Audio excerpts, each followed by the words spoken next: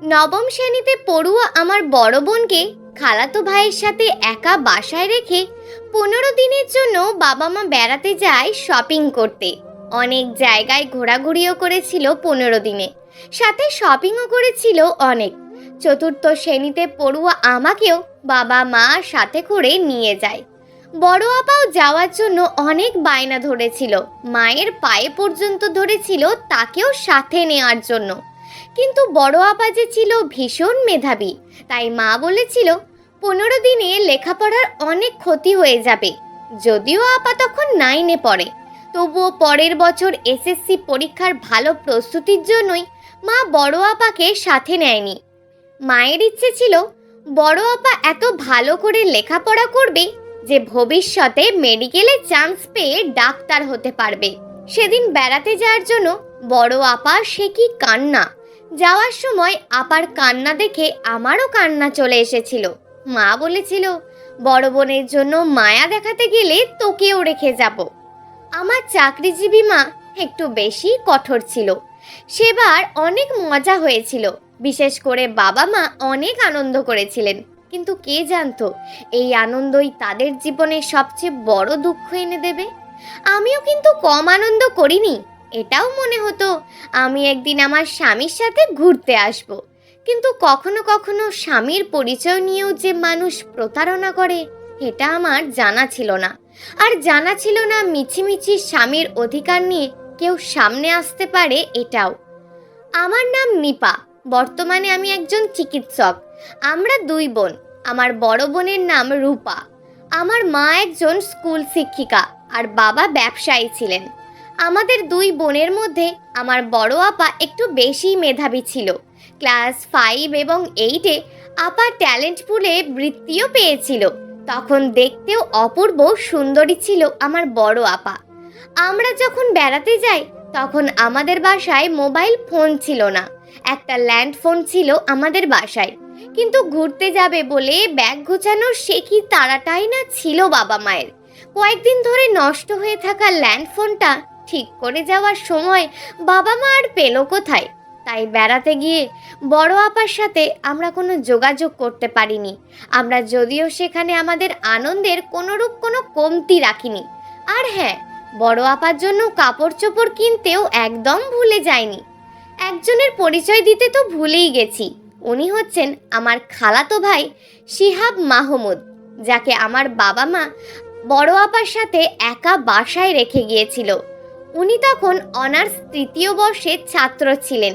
এমন ভালো ছেলে দুনিয়াতে আর একটাও ছিল না।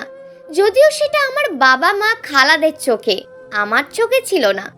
বাবা যদিও আমার দাদা দাদিকে বাসায় এনে রাখতে চেয়েছিলেন, কিন্তু 15 দিন খালাতো ভাই আমাদের বাসায় থাকলে একজন লোকের বাড়তি খরচ চালাতে হবে বাবা মায়ের, আর দাদা দাদি থাকলে 2 জনের বাড়তি খরচ চালাতে হবে, সাথে আবার ওষুধেরও খরচ লাগবে। মায়ের এসব যুক্তিতে বাবাও আর কথা বাড়ালো না। 15 দিন ছুটি কাটিয়ে যেদিন বাড়ি ফিরে এলাম, সেদিন বাড়িতে ঢোকা মাত্রই আমার খালাতো ভাই শিহাব সাহেব তার ব্যাগ নিয়ে আমাদের বাড়ি থেকে বের হয়ে যায়। এমনভাবে রেডি হয়েই ছিলেন উনি যেন আমরা ঘরে ঢুকলেই উনি বের হয়ে যেতে পারবেন। বেড়াতে গিয়ে ওনার জন্য মা গিফট, চকলেট, শার্ট কিনে এনেছিলেন। খালা খালুর জন্য কাপড় চোপড়ও কিনে এনেছিলেন। সেগুলো ওনাকে মা নিয়ে যেতে বলেছিলেন, কিন্তু ব্যাগ থেকে মায়ের সেগুলো খোলার সময়টুকুও উনি কালক্ষেপণ করতে পারেননি। ওনার সামনে পরীক্ষা আছে বলে হনহন করে বেরিয়ে গেলেন। সত্যি কয়েক মাস পরে ওনার পরীক্ষাও ছিল। এদিকে বড় আপাকেও খুব রোগা দেখাচ্ছিল। আপার মায়া হরিণীর মতন চোখের নিচে কিছুটা কালিও জমেছিল। আমরা ফিরে আসার পর থেকেই বড় আপা ছিল নিরুত্তাপ, কেমন যেন মন মরা হয়ে থাকতো।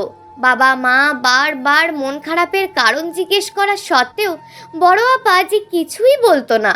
আমরা না থাকাকালীন রান্না করার জন্য বাসায় যে খালা আসতো তাকেও জিজ্ঞেস করা হলো, সেও কিছু বলতে পারলো না। কিন্তু আপার চেহারা দেখে মনে হতো অনেক ঝড়ঝাপটা বয়ে গিয়েছে আপার ওপর দিয়ে। যাই হোক, বেড়াতে গিয়ে আনা ড্রেস, কসমেটিক, চকলেট সহ অন্যান্য উপহারের প্রতিও কোনো আগ্রহ ছিল না বড় আপার। ঘটনা ঘটল 2 মাস পর। হঠাৎ করেই বড় আপা দিনে দু একবার বমি করত। বড় আপাকে ডাক্তার দেখানো হলো। ডাক্তারি টেস্ট করার পর জানা গেল বড় আপা প্রেগনেন্ট। বাবা মায়ের মাথায় যেন আকাশ ভেঙে পড়ল। মা বড় আপাকে ঘটনা জিজ্ঞেস করতে করতে মুখে ফেনা তুলে ফেলেছে। বড় আপা কিছুই বলছে না, শুধু কান্নাই করছে। ওইদিকে বাচ্চাটাও মা নষ্ট করছে না। মায়ের চিন্তা হচ্ছে যার বাচ্চা তার সাথে আপাকে বিয়ে দিয়ে দেবে। বড় আপাকে যখনই ঘটনা জিজ্ঞেস করা হয় সে তখনই প্রচণ্ড ভয়ে কান্না শুরু করে দেয়। বড় আপার তখনও বিয়ে বাচ্চা হওয়া এই বিষয়গুলো সম্পর্কে পরিষ্কার কোনো ধারণাও ছিল না। এবার বাবা চেষ্টা করলো বড় আপার কাছ থেকে ঘটনা জানতে। বাবা কিছুটা নরম হয়ে আপার ঘটনা জানতে চাইলে বড় আপা চিৎকার দিয়ে বলে উঠল, আমাকে না জানিয়ে তোমরা আমার বিয়ে দিয়ে গিয়েছিলে কেন? তোমরা তো বলেছিলে আমি লেখাপড়া করে ডাক্তার হব, সেখানে এত ছোটবেলায় বিয়ে দিয়ে কেন রেখে গেছো? বড় আপার কথা শুনে বাবা মার হাত পা যেন অবশ হয়ে যাচ্ছিল। বাবা মা জিজ্ঞেস করলো, এমন মিথ্যা তোকে কে বলেছে যে তোকে আমরা বিয়ে দিয়েছি? বড় আপা বলে, সে মিথ্যা বলেনি, তার কাছে আমাদের বিয়ের কাগজ ছিল, আমি নিজের চোখে আমার বিয়ের কাগজ দেখেছি। এবার বাবা মা জিজ্ঞেস করে, আমরা যাওয়ার পরে কেউ কি তোকে জোর করে বিয়ে করেছে? সে বিয়ের কাগজই বা কোথায়? আমাদেরকে কাগজটা দেখা। বড় আপা বলল, না, তোমরা যাওয়ার পরে আমার বিয়ে হবে কেন? তোমরাই তো আমাকে বিয়ে দিয়ে এখানে রেখে গেছো স্বামী স্ত্রীর সম্পর্ক করার জন্য। এবার বাবা মা আরো অবাক হয়ে যায়। বাবা মা জানতে চাইলো, তোর বিয়ের কাগজ কোথায়? স্বামী পরিচয় নিয়ে এসে তোর সর্বনাশ কে করে গেছে?